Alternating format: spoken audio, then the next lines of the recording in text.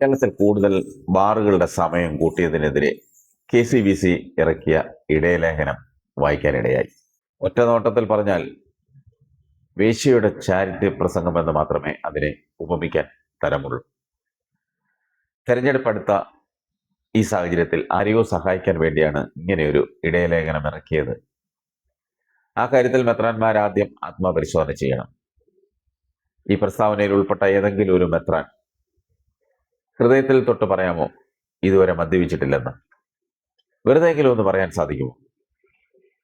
കള്ളടിച്ച് പൂക്കുറ്റിയായിട്ട് വാഹനം ഓടിച്ചു വല്ലവന്റെയും മുതുകത്ത് കയറ്റി സഭാവക ആശുപത്രിയിൽ മറ്റ് രോഗങ്ങൾ പറഞ്ഞ് ചികിത്സ നടത്തുന്നത് സഭയിലെ തന്നെ ഒരു വൈദിക പ്രമുഖനാണ്, വെറും ഐമേനിയല്ല. വൈദികർക്കും മെത്രാന്മാർക്കും കള്ളടിച്ച് ഏത് ആഭാസത്തരവും കാണിക്കാം. ഐമേനി അത് ചെയ്യരുത്. അത്രയേ ഇടയലേഖനം കൊണ്ട് ഉദ്ദേശിക്കുന്നുള്ളൂ.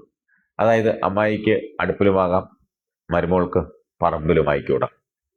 മദ്യവിരുദ്ധത വെറും ഒരു വൈകാരിക പ്രകടനം മാത്രമാണ്. സഭയ്ക്കും സഭ അധികാരികൾക്കും ആവശ്യം വരുമ്പോൾ ഏത് സർക്കാരിനെതിരെയും ഉപയോഗിക്കാനുള്ള ഒരായുധം. പക്ഷേ എല്ലാ കാലത്തും ജനങ്ങളെ തെറ്റിദ്ധരിപ്പിക്കാനോ കബളിപ്പിക്കാനോ കഴിയില്ലെന്ന് സഭ അധികാരികൾ ആദ്യമേ തന്നെ മനസ്സിലാക്കണം. സഭയുടെ ആസ്ഥാനമായ വത്തിക്കാനിലെ സെന്റ് പീറ്റേഴ്സ് ബസലിക്കയിലേക്ക് കയറുന്നതിന്റെ ഇടതുഭാഗത്തായി കാണുന്ന ബഹുനില മന്ദിരം ഈശോ സഭയുടെ ഹെഡ് ക്വാർട്ടേഴ്സ് ആണ്. അതിനിടയിൽ നടക്കുന്നത് ബാർ തന്നെയല്ലേ? അതിനെപ്പറ്റി ഏതെങ്കിലും ഒരു വൈദികനോട് പറഞ്ഞാൽ അവരെല്ലാം പറയുന്നത് അതങ്ങ് ഇറ്റലിയിലല്ലേ എന്നാണ്. ഇക്കാര്യത്തിൽ ഇറ്റലിയും കേരളവും തമ്മിൽ വലിയ വ്യത്യാസമൊന്നുമില്ല. തിരുവനന്തപുരം ഭാഷയിൽ പറഞ്ഞാൽ യൂറോപ്പിലെ ഓരോ മുടുക്കിലും ഈ സാധനമുണ്ട്. അപ്പോഴാണ് കേരളത്തിലെ കത്തോലിക്ക മെത്രാന്മാർ മറ്റ് കാരണങ്ങളൊന്നുമില്ലാതെ വരുമ്പോൾ ഇതിന്റെ പിറകെ ഓടുന്നത്. യഥാർത്ഥത്തിൽ സഭ സർക്കാരിനോട് ബാർ നിർത്തുവാൻ ആവശ്യപ്പെടുകയല്ല വേണ്ടത്, മറിച്ച് തങ്ങളുടെ വിശ്വാസികളെ ബോധവൽക്കരിക്കുകയും അവരുടെ പ്രശ്നങ്ങൾ എന്താണെന്ന് പഠിച്ച് അതിന് സാധിക്കുന്ന പരിഹാരങ്ങൾ ഉണ്ടാക്കി കൊടുക്കുകയുമാണ്. അതാണ് വേണ്ടത്. മുൻകാലങ്ങളിൽ വർഷത്തിലൊരിക്കൽ എല്ലാ ഇടവക പള്ളികളിലും വാർഷിക ധ്യാനമെന്ന് പറഞ്ഞ് ഒരു പരിപാടി ഉണ്ടായിരുന്നു. ഞാൻ പണ്ടത് സൂചിപ്പിച്ചിട്ടുണ്ട്. അന്ന് കപ്പൂച്ചിൻ സഭാംഗങ്ങളായ വൈദികർ അവർ നടത്തിയിരുന്ന ധ്യാനത്തിൽ അവർ ഒരാഴ്ചയോളം ധ്യാനം നടക്കുന്ന ഇടവകയിൽ താമസിച്ച് വീടുകളിൽ പോയി അഭിപ്രായ വ്യത്യാസങ്ങൾ പറഞ്ഞു തീർക്കുകയും സഭാമക്കളെ കേൾക്കുകയും ചെയ്യുമായിരുന്നു. ഇന്ന് കാലം മാറി, കഥ മാറി. കരിസ്മാറ്റിക് ധ്യാനങ്ങളുടെ കാലമായി, അത്ഭുതങ്ങളുടെ പ്രവാഹമായി. ആർക്കും ആരോടും വ്യക്തിപരമായി താല്പര്യമോ ആരുടെയും കാര്യങ്ങളിൽ ഇടപെടണമെന്ന ചിന്തയോ ഇല്ലാതായി. സഭാമക്കൾ പണം നൽകിയും സമാധാനം നടത്തിയും ഉണ്ടാക്കിയ പ്രസ്ഥാനങ്ങൾ മെത്രാന്മാർ കുടുംബസ്വത്ത് കൈകാര്യം ചെയ്യുന്നത് പോലെ കൈകാര്യം ചെയ്യുന്നു. സഭാമക്കൾ പണിയെടുത്തുണ്ടാക്കിയ സ്കൂളുകളിലും കോളേജുകളിലും കാശുള്ളവനും സ്വന്തക്കാർക്കും മാത്രമേ ജോലിയുള്ളൂ. സഭയ്ക്ക് വേണ്ടി വസ്തു ദാനം ചെയ്യുകയും ആവശ്യമുള്ള സമയത്ത് വേണ്ടതെല്ലാം ചെയ്തു കൊടുക്കുകയും ചെയ്തിട്ടുള്ളവരെല്ലാം പെരുവഴിയിലായി.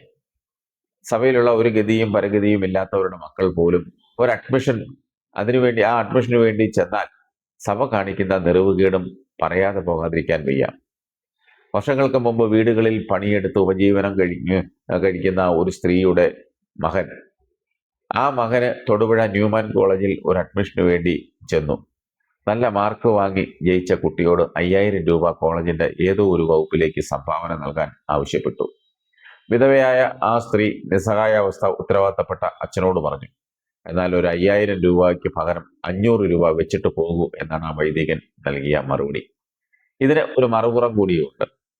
80കളിൽ എറണാകുളത്ത് സെന്റ് ആൽബർട്ട്സ് കോളേജിൽ പ്രിൻസിപ്പളായിരുന്ന ആന്റണി പനക്കൽ അച്ഛൻ, ആ അച്ഛൻ കാണിച്ചു തന്ന മാതൃകയും പറയാതെ പോകുന്നത് ശരിയല്ല. പുതുതായി അനുവദിച്ച് കിട്ടിയ PG കോഴ്സിലേക്ക് ആകെയുള്ള കമ്മ്യൂണിറ്റി കോട്ടയിലെ 2 സീറ്റിൽ അഡ്മിഷൻ കാർഡ് അയച്ചിട്ടും വരാതിരുന്ന ആളെ പറ്റി പഠിച്ചു.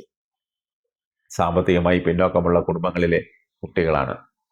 ഫീസ് അടയ്ക്കാൻ മാർഗം ഇല്ലാത്തത് കൊണ്ടാണ് അഡ്മിഷൻ എടുക്കാൻ വരാത്തതെന്ന് മനസ്സിലാക്കിയ പ്രിൻസിപ്പാൾ അച്ഛൻ കളമശ്ശേരിയിലുള്ള അവരുടെ വീട് അന്വേഷിച്ചു പോയി.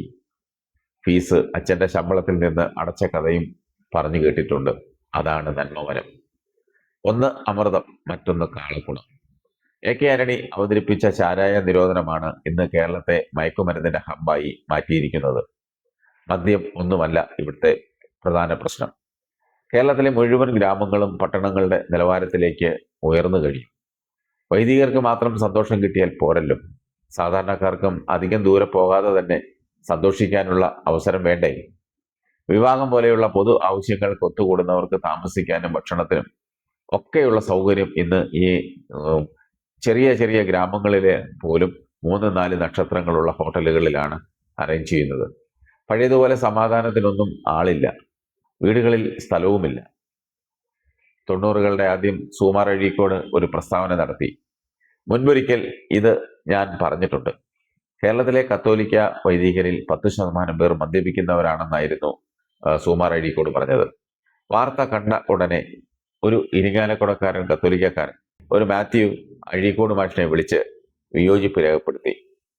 ഇരിങ്ങാലക്കുടയിൽ നിന്നുള്ള ക്രിസ്ത്യാനിയായ മാത്യു നടത്തിയ വിയോജിപ്പ് അംഗീകരിച്ചുകൊണ്ട് തന്നെ മാഷു പറഞ്ഞു, 10 എന്ന ശതമാനം 7-8 ആയി കുറയ്ക്കാം. മാത്യു പറഞ്ഞു, കുറയ്ക്കുകയല്ല വേണ്ടത്, 50എങ്കിലുമായി ഉയർത്തണം. പൊട്ടിച്ചിരിച്ചുകൊണ്ട് മാഷു പറഞ്ഞു, ഒന്ന് കാണണമെന്ന്. ഏതോ സത്യക്രിസ്ത്യാനി കലിപ്പ് കൊണ്ട് വിളിച്ചതാണെന്ന ധാരണയിലാണ് ഞാൻ കുറയ്ക്കാമെന്ന് പറഞ്ഞത്. സത്യം വിളിച്ചു പറയാൻ ധൈര്യമുള്ള സത്യക്രിസ്ത്യാനികളും നമുക്കിടയിലുണ്ട് എന്നാണ് മാഷു പിന്നീട് പറഞ്ഞത്.